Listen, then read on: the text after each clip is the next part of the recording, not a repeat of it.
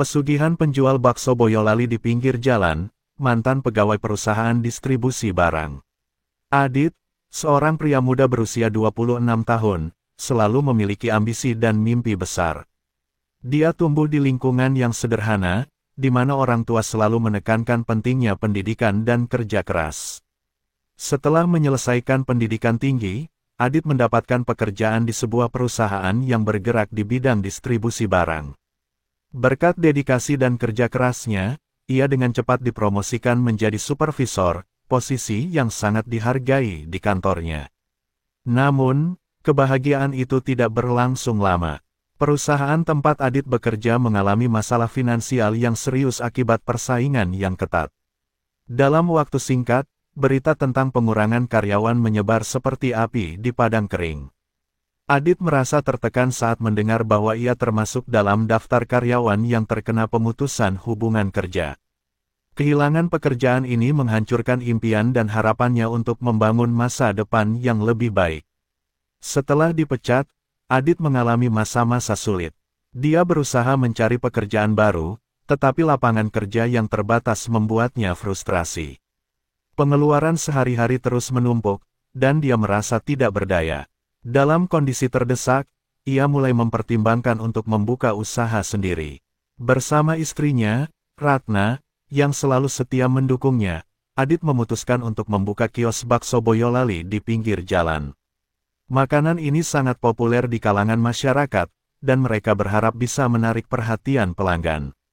Mereka menghabiskan tabungan terakhir untuk membeli peralatan dan bahan baku, berharap usaha ini bisa mengangkat kembali keadaan finansial mereka. Kios mereka awalnya cukup ramai.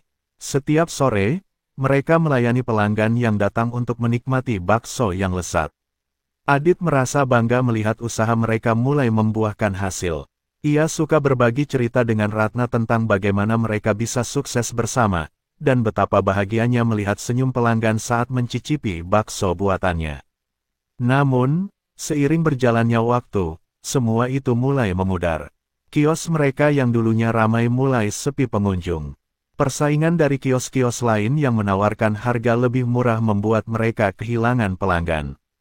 Adit merasakan beban yang semakin berat, dan setiap malam, ia pulang ke rumah dengan perasaan hampa. Di tengah kebingungan dan keputusasaannya, Adit mulai berpikir tentang cara-cara untuk meningkatkan pendapatan. Ia mendengar cerita dari teman-temannya tentang orang-orang yang berhasil kaya dengan cara cepat, meskipun dengan risiko tinggi. Salah satu cerita yang menarik perhatiannya adalah tentang seorang paranormal yang bisa membantu orang mengubah nasib mereka melalui pesugihan. Saat duduk di teras kios, Adit mengungkapkan pikirannya kepada Ratna. Mungkin kita harus mencoba sesuatu yang berbeda. Aku mendengar tentang dukun yang bisa membantu orang mendapatkan kekayaan, ujarnya dengan nada ragu. Ratna menatapnya dengan penuh kekhawatiran. Adit, kau tahu betapa berbahayanya itu. Kita tidak bisa bermain-main dengan hal-hal gaib. Namun, Adit merasa terdesak. Dia berusaha meyakinkan Ratna bahwa ini mungkin satu-satunya jalan untuk memperbaiki keadaan mereka. Dalam hatinya, Adit bertekad untuk mencari tahu lebih lanjut tentang pesugihan. Dia mulai mengumpulkan informasi dan menghubungi orang-orang yang mungkin tahu tentang paranormal tersebut. Malam demi malam, Adit terjaga memikirkan kemungkinan yang akan datang. Apakah pesugihan akan menjadi jalan keluar dari semua masalahnya? Dalam kegelapan, harapan dan ketakutan bercampur aduk dalam pikirannya. Keputusan yang akan diambilnya di masa depan akan mengubah hidupnya selamanya. Dalam keputusasaannya, Adit semakin terobsesi dengan ide pesugihan. Ia menghabiskan waktu mencari informasi di berbagai forum online dan mendengarkan cerita dari orang-orang yang mengklaim telah berhasil mendapatkan kekayaan melalui cara gaib. Kebanyakan cerita itu menggambarkan bagaimana kehidupan mereka berubah drastis setelah melakukan ritual tertentu. Meskipun Adit tahu bahwa cara ini berisiko, dorongan untuk memperbaiki keadaan finansial dan memberikan kehidupan yang lebih baik bagi Ratna mendorongnya ke jalur ini. Suatu malam, setelah meneliti berbagai sumber, Adit akhirnya menemukan kontak seorang paranormal yang terkenal di daerahnya. Namanya adalah Kiranto, seorang dukun yang memiliki reputasi baik dalam memberikan solusi bagi mereka yang terdesak. Adit merasa bersemangat dan sedikit takut saat menghubungi Kiranto. Setelah beberapa percakapan, mereka sepakat untuk bertemu di sebuah tempat terpencil untuk membahas lebih lanjut tentang pesugihan.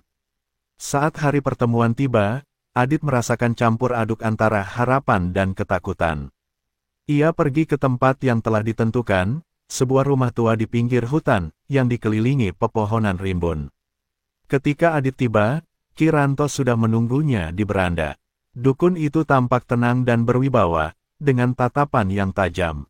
"Selamat datang, Adit. Aku sudah menunggu kedatanganmu," kata Kiranto dengan suara dalam. Adit merasa seolah ada aura misterius yang memancar dari dukun itu. Mereka mulai berbincang. Adit menceritakan kesulitan yang dihadapinya dan harapannya untuk mendapatkan kekayaan. Kiranto mendengarkan dengan seksama dan kemudian menjelaskan bagaimana pesugihan bekerja. Dia mengatakan bahwa untuk mendapatkan kekayaan, seseorang harus melakukan ritual khusus yang melibatkan tumbal. Tumbal adalah pengorbanan yang harus dilakukan. Ini adalah syarat utama agar kekuatan gaib mau membantu, jelas Kiranto. Biasanya, tumbal yang dipilih adalah orang terdekat. Ini adalah cara untuk mendapatkan kepercayaan dari makhluk gaib. Adit merasa terkejut mendengar penjelasan itu, tetapi rasa ingin tahunya mengalahkan ketakutannya. Ia bertanya, "Apakah ada cara lain? Aku tidak ingin menyakiti orang yang kucintai." Kiranto menggelengkan kepala. "Setiap jalan ada harganya, Adit. Tanpa tumbal, kekayaan tidak akan datang. Pilihan ada di tanganmu," ujarnya dengan tegas. Mendengarkan kata-kata Kiranto, Adit merasakan gelombang emosi.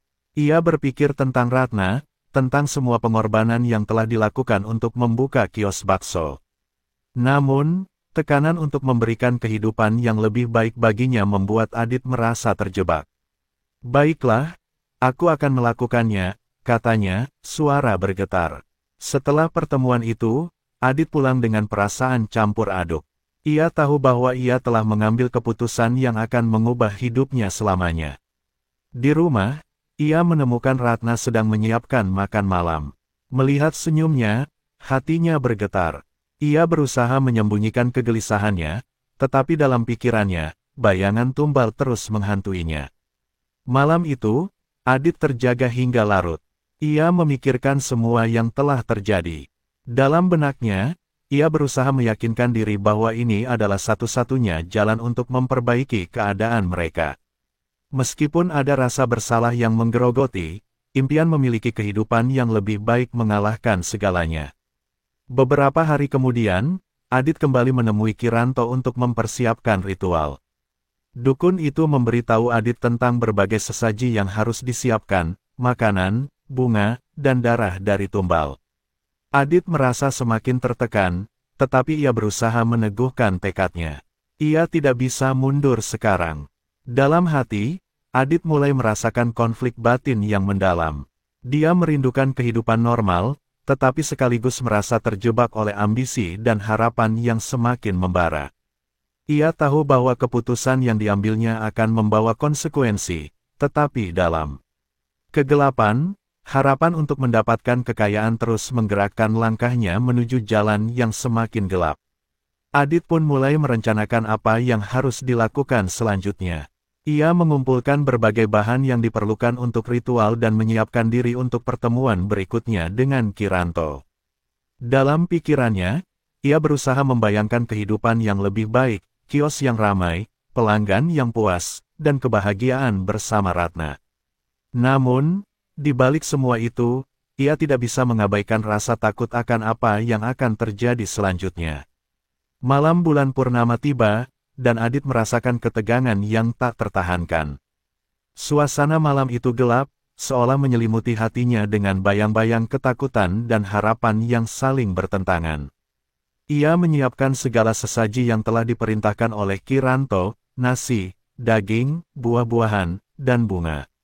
Semua harus disiapkan dengan teliti, karena ritual ini adalah satu-satunya cara untuk mendapatkan kekayaan yang diinginkannya.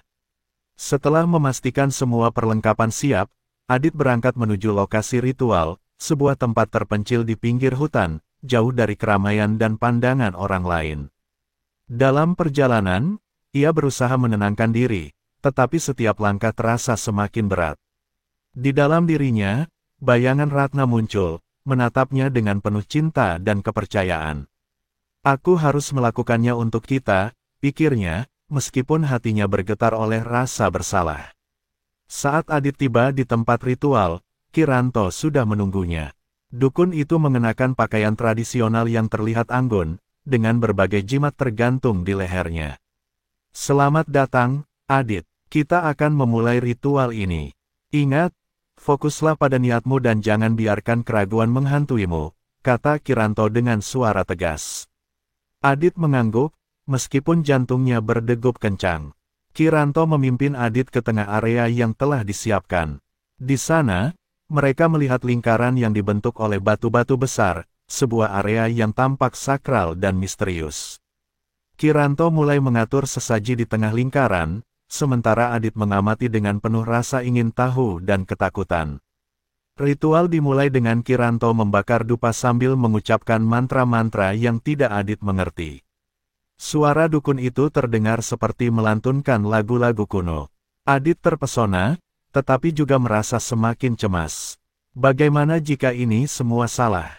Pikirnya. Namun, ia berusaha menepis pemikiran itu dan fokus pada tujuannya. Setelah beberapa saat, Kiranto memanggil Adit untuk berdiri di sampingnya. Sekarang, kita akan memanggil kekuatan gaib. Untuk itu, kita membutuhkan tumbal, ujarnya dengan nada serius. Adit merasakan tenggorokannya kering. Ia tahu apa yang harus dilakukan, tetapi saat itu juga, rasa takut menyelimutinya. Siapa yang kau pilih sebagai tumbal? Tanya Kiranto, menatap Adit dengan mata yang tajam. Dalam sekejap, wajah Ratna melintas dalam pikirannya. Adit merasakan hatinya bergetar. Aku, suaranya tercekat. Aku memilih Ratna. Kiranto mengangguk, seolah sudah mengharapkan jawaban itu. Baiklah, kita akan melakukan ritual ini. Namun ingat, Adit, semua ini memiliki konsekuensi. Pastikan kau siap. Mereka melanjutkan ritual dengan menyiapkan darah sebagai bagian dari persembahan. Adit, sambil berusaha menahan rasa sakit dalam hatinya, mengambil pisau tajam dan mengiris lengannya, mengeluarkan sedikit darah. Ia menempatkan darah itu di atas sesaji yang sudah disiapkan. Ketika darah menetes di atas nasi dan daging, suasana di sekitar mereka berubah. Adit merasakan angin dingin berhembus, dan suara-suara aneh mulai terdengar. Seolah ada makhluk yang mulai merespons panggilan mereka. Kiranto kemudian mengucapkan mantra yang semakin keras dan bersemangat, membuat Adit semakin merasa terjebak dalam suasana mistis itu. Saat ritual mencapai puncaknya, Adit merasakan tubuhnya bergetar. Dia melihat bayangan-bayangan melintas di antara pepohonan, seolah makhluk-makhluk gaib sedang berkumpul untuk menyaksikan ritual ini. Dalam hatinya, Adit berdoa agar semuanya berjalan lancar dan mereka segera mendapatkan kekayaan yang dijanjikan. Setelah beberapa saat, Kiranto mengangkat tangan dan berteriak, "Kekayaan! Datanglah padaku!" Suaranya menggema di malam yang sunyi. Adit merasakan ketegangan yang luar biasa, sebuah campuran antara harapan dan ketakutan. Tiba-tiba, suasana menjadi hening. Angin yang tadinya berhembus kencang kini berhenti, dan semua suara menghilang. Adit menatap Kiranto yang tampak serius, seolah menunggu sesuatu terjadi. Namun, dalam ketenangan itu, Adit merasakan ada sesuatu yang tidak beres. Ketegangan meningkat, dan ia mulai meragukan keputusannya. Setelah beberapa menit yang terasa seperti selamanya, Kiranto menurunkan tangannya dan berkata, "Ritual telah selesai. Sekarang, kekayaan akan datang, tetapi ingat, Adit, tumbal harus dipenuhi. Jangan pernah lupakan apa yang telah kau janjikan." Adit mengangguk, tetapi hatinya dipenuhi rasa cemas. Saat mereka mulai merapikan area ritual, Adit merasakan ada sesuatu yang mengawasi mereka. Suara-suara halus mulai terdengar lagi, dan ia tidak bisa menahan diri untuk tidak melihat ke sekeliling. Dalam perjalanan pulang, Adit terus berpikir tentang apa yang telah mereka lakukan. Ia merasa terjebak antara harapan untuk mendapatkan kekayaan dan rasa bersalah yang semakin menyiksa. Di dalam dirinya, ada pertarungan antara keinginan untuk sukses dan cinta yang mendalam kepada Ratna.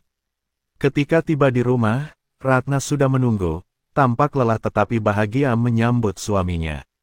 Adit berusaha tersenyum, tetapi dalam hatinya, ia merasa seperti seorang pelanggar yang menyimpan rahasia kelam. Ia tahu bahwa ia harus segera memenuhi janjinya, dan itu akan menjadi keputusan yang paling sulit dalam hidupnya. Malam itu, saat berbaring di samping Ratna, Adit terjaga menatap langit yang gelap.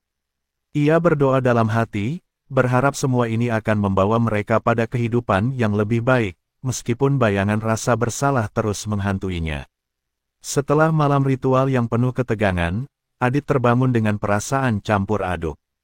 Ia tidak bisa melupakan apa yang telah terjadi, tetapi sekaligus, ia merasa ada harapan baru. Dalam beberapa hari setelah ritual, sesuatu yang tak terduga mulai terjadi. Kios bakso mereka, yang sebelumnya sepi, mulai ramai pelanggan. Setiap malam, antrean panjang terbentuk di depan kios mereka, dan Adit merasa seolah-olah telah menemukan kembali kebahagiaan yang hilang. Kekayaan mulai mengalir ke dalam hidup mereka, dan Adit merasa seolah-olah semua usaha dan pengorbanannya terbayar. Dia bisa membeli bahan baku yang lebih berkualitas dan bahkan mempekerjakan beberapa orang untuk membantunya. Kios bakso yang dulunya sederhana kini berubah menjadi salah satu tempat makan favorit di daerah mereka. Adit dan Ratna merayakan keberhasilan ini dengan penuh sukacita. Mereka membeli pakaian baru, memperbaiki rumah, dan menikmati makanan yang lebih baik. Adit merasa bangga bisa memberikan kehidupan yang lebih baik untuk Ratna. Dalam pandangannya, semua ini adalah hasil dari keberanian dan keputusan yang diambilnya. Namun, di balik semua kebahagiaan itu, Adit merasakan sesuatu yang ganjil. Setiap malam, saat ia tidur, ia terbangun dengan keringat dingin. Suara-suara aneh terdengar di telinganya, suara yang sering ia abaikan. Ia merasa seolah ada yang mengawasinya. Rasa cemas itu semakin mengganggu pikirannya, tetapi ia berusaha menepisnya dengan berpikir bahwa semua ini adalah harga yang pantas untuk dibayar demi kebahagiaan. Suatu malam, saat mereka sedang melayani pelanggan, Adit melihat Ratna tampak lelah dan cemas. Ia tidak dapat mengabaikan perubahan dalam diri istrinya. Ratna seringkali melamun dan tampak jauh dari kebahagiaan yang semestinya. "Kau baik-baik saja, sayang?" tanyanya. Ratna hanya tersenyum lemah dan mengangguk, tetapi Adit bisa merasakan ada sesuatu yang mengganjal. Kios mereka semakin sukses, tetapi Adit merasa terjebak dalam perasaan yang tidak nyaman. Di satu sisi, ia bersyukur atas semua yang telah mereka capai, tetapi di sisi lain, ia merasakan adanya konsekuensi yang tidak bisa diabaikan. Dalam pikirannya, bayangan Ratna yang menjadi tumbal terus menghantui. Setiap kali ia melihat istrinya, rasa bersalah datang menghampiri, menyiksanya dalam keheningan malam. Dalam suasana yang semakin tegang, Adit mulai mencari cara untuk membebaskan dirinya dari perasaan bersalah itu. Ia kembali menghubungi Kiranto, berharap bisa mendapatkan penjelasan lebih lanjut tentang apa yang sebenarnya terjadi setelah ritual. Kiranto mengundangnya untuk bertemu di tempat yang sama seperti sebelumnya. Saat Adit tiba di rumah dukun itu, ia merasakan atmosfer yang berbeda. Kiranto menyambutnya dengan senyuman, tetapi ada sesuatu yang aneh dalam tatapan matanya. "Adit, kau tampak cemas. Apakah semuanya berjalan sesuai harapan?" tanya Kiranto. Adit mengangguk, tetapi hatinya bergetar. "Kios kami ramai, kami mendapatkan uang, tetapi ada sesuatu yang salah. Istriku, dia tampak tidak bahagia. Aku merasa seolah ada yang tidak beres." Kiranto mendengarkan dengan seksama. Setelah beberapa saat, dukun itu menjawab, "Kekayaan yang kau dapatkan datang dengan harga yang harus dibayar. Kau telah memenuhi syarat untuk mendapatkan kekayaan, tetapi tumbal yang kau pilih, itu adalah bagian dari kesepakatan." Adit merasa tercekik mendengar penjelasan itu. "Apa maksudmu? Apa yang terjadi pada Ratna?" tanyanya dengan suara bergetar. Kiranto menjelaskan bahwa tumbal tidak hanya sekadar pengorbanan fisik, tetapi juga menyangkut ikatan batin antara Adit dan Ratna. Dia adalah bagian dari kesepakatan yang kau buat. Kekayaan akan terus mengalir, tetapi ada konsekuensi yang harus dihadapi. Jika kau tidak melakukan sesuatu, ia akan semakin menjauh. Kata-kata Kiranto menghantam Adit seperti batu. Ia merasa putus asa dan bingung. Dalam pencariannya untuk memperbaiki hidupnya, ia justru mengorbankan hal terpenting, cintanya kepada Ratna. Apa yang harus aku lakukan? Adit terdengar putus asa. Bersiaplah untuk melakukan ritual lain, jawab Kiranto. Kau harus melakukan sesuatu untuk membebaskan Ratna dari ikatan itu. Namun, ingat, semua ini akan memerlukan pengorbanan yang lebih besar. Adit merasa terjebak dalam pilihan yang sulit. Ia tidak ingin kehilangan Ratna, tetapi di sisi lain, ia juga tidak ingin kehilangan kekayaan yang telah dia dapatkan. Dalam kebingungan dan ketakutan, Adit pulang dengan perasaan hampa. Ia tahu bahwa apapun yang terjadi, konsekuensi dari keputusan yang telah diambilnya akan menghantuinya selamanya. Malam itu, saat berbaring di samping Ratna, Adit merasakan beban yang semakin berat di pundaknya. Ia tahu bahwa kekayaan yang ia peroleh bukanlah tanpa harga, dan pertarungan untuk menyelamatkan hubungan mereka baru saja dimulai. Dalam kesunyian malam, Adit berdoa agar ia bisa menemukan jalan keluar dari labirin yang telah ia ciptakan sendiri. Setelah pertemuan dengan Kiranto, Adit merasa terjebak dalam kegelapan yang semakin dalam. Ia tidak bisa tidur nyenyak, pikirannya dipenuhi oleh kekhawatiran akan nasib Ratna. Setiap malam, saat menatap istrinya yang kini tampak semakin lelah dan cemas, Adit merasakan hatinya hancur. Ia tahu bahwa keputusan yang diambilnya untuk melakukan pesugihan telah mengubah segalanya, dan bukan untuk yang lebih baik. Kios bakso mereka terus ramai, tetapi kebahagiaan yang seharusnya menyertai kesuksesan itu tidak pernah datang. Adit sering melihat Ratna melamun, matanya kosong, seolah terjebak dalam pikirannya sendiri. Suatu malam, Adit memberanikan diri untuk berbicara. Ratna, kau tampak berbeda. Apa yang terjadi? Apakah kau tidak bahagia? Tanyanya dengan nada lembut, berusaha mencari tahu. Ratna menatap Adit, seolah mengukur kata-katanya. Aku hanya lelah, Adit. Semua ini, aku merasa seolah ada yang salah. Suaranya bergetar, dan Adit merasakan hatinya teriris. Ia tahu bahwa Ratna merasakan sesuatu yang lebih dalam, tetapi ia tidak bisa menjelaskan apa yang sebenarnya terjadi. Hari demi hari berlalu, dan Adit semakin tertekan. Ia mencoba menghubungi Kiranto lagi, berharap bisa menemukan solusi untuk mengatasi masalah yang dihadapinya. Dalam pertemuan kedua mereka, Kiranto menjelaskan bahwa untuk membebaskan Ratna, Adit harus melakukan ritual pengorbanan yang lebih besar. Kau harus memberikan sesuatu yang lebih berharga, kata Kiranto dengan nada serius. Adit merasa terpuruk. Apa yang lebih berharga daripada istri saya? Tanyanya, merasa putus asa. Kiranto hanya tersenyum sinis. Semua hal ada harganya, Adit. Jika kau ingin menyelamatkan Ratna, kau harus siap untuk berkorban lebih. Setelah pertemuan itu, Adit pulang dengan perasaan bingung. Ia merasa tidak ada jalan keluar. Kios bakso yang sebelumnya memberikan harapan sekarang hanya menjadi pengingat akan kesalahan besar yang telah dilakukannya. Ia melihat Ratna, yang tampak semakin menjauh, dan rasa bersalah menyelimuti dirinya. Suatu malam, saat Adit terbangun dari tidur, ia mendengar suara-suara aneh yang terus menghantuinya. Suara-suara itu seolah memanggilnya, meminta pertanggungjawaban atas apa yang telah ia lakukan. Ia mencoba menutup telinga, tetapi suara itu semakin keras, menuntut perhatian. Dalam keadaan panik, Adit pergi ke ruang tamu dan melihat bayangan gelap melintas. Jantungnya berdegup kencang, dan ia merasa seolah makhluk gaib yang telah dipanggil dalam ritual sebelumnya kini datang menuntut janji. Keesokan harinya, Adit mendapat kabar buruk. Ratna tiba-tiba jatuh sakit. Saat Adit membawanya ke rumah sakit, dokter menjelaskan bahwa Ratna mengalami gejala yang tidak biasa, seolah ada sesuatu yang mengganggu kesehatannya secara mendalam. Dalam perjalanan pulang, Adit merasa putus asa. Ia tahu bahwa semua ini adalah akibat dari tindakan mengerikan yang telah dilakukannya. Hari-hari berlalu, dan kondisi Ratna semakin memburuk. Adit berusaha keras untuk mencari solusi, tetapi semua upaya tampak sia-sia. Dalam kesedihan dan keputusasaannya, Adit kembali menemui Kiranto. Ia meminta bantuan untuk menyelamatkan Ratna, bersedia melakukan apa saja. Aku tidak peduli lagi dengan kekayaan. Yang kuinginkan hanya Ratna, ujarnya, suaranya penuh harap. Kiranto menatapnya dengan tatapan dingin. Tidak ada yang bisa dilakukan tanpa pengorbanan, Adit. Kau harus siap untuk membayar harga yang lebih tinggi. Ini adalah konsekuensi dari pilihanmu. Adit merasakan kepanikan melanda. Ia tidak ingin kehilangan Ratna.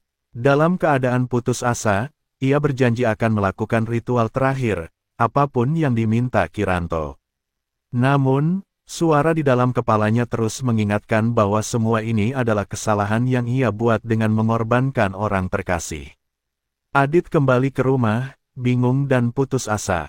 Ia duduk di samping Ratna yang terbaring lemah, mengingat semua kenangan indah yang mereka lalui bersama. Cinta mereka yang dulu penuh harapan kini terasa seperti sebuah ilusi. Dalam hati, ia merasakan penyesalan yang mendalam. Betapa egoisnya ia telah mengorbankan Ratna demi kekayaan.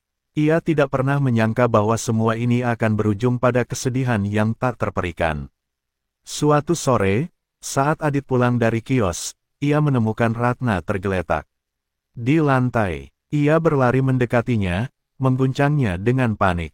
"Ratna, bangun, sayang!" teriaknya, tetapi tidak ada jawaban. Dalam momen itu, ia merasakan seluruh dunia runtuh. Ketika petugas medis tiba, mereka tidak bisa berbuat banyak. Ratna dinyatakan meninggal di rumah, dan Adit merasa hancur. Semua harapan dan impian mereka lenyap seketika. Ia terpuruk dalam kesedihan, merasakan penyesalan yang tak terhingga. Kios yang dulunya ramai kini terasa sepi, dan kekayaan yang ia peroleh hanya menjadi beban yang tak tertahankan. Dalam kesunyian malam, Adit duduk di depan kios yang kini kosong. Ia merasakan angin malam yang dingin menyentuh wajahnya, mengingatkannya pada semua yang telah hilang. Dalam penyesalan abadi, Adit menyadari bahwa tidak ada kekayaan yang sebanding dengan cinta dan kehadiran orang yang dicintainya. Ia terperosok dalam kesedihan yang mendalam, mengenang semua yang telah terjadi, dan menyesali keputusan yang telah diambilnya, sebuah keputusan yang telah merenggut segalanya. Adit kini terjebak dalam kehidupan yang penuh kesedihan dan penyesalan. Dia hidup dalam bayang-bayang kesalahan yang tidak bisa diubah, dan dalam keheningan malam, ia berdoa agar bisa menghapus semua yang telah terjadi, meskipun ia tahu bahwa semua itu tidak mungkin. Kekayaan yang didapatnya kini terasa hampa, dan ia hanya bisa menatap masa lalu yang penuh kesalahan, terjebak dalam penyesalan abadi.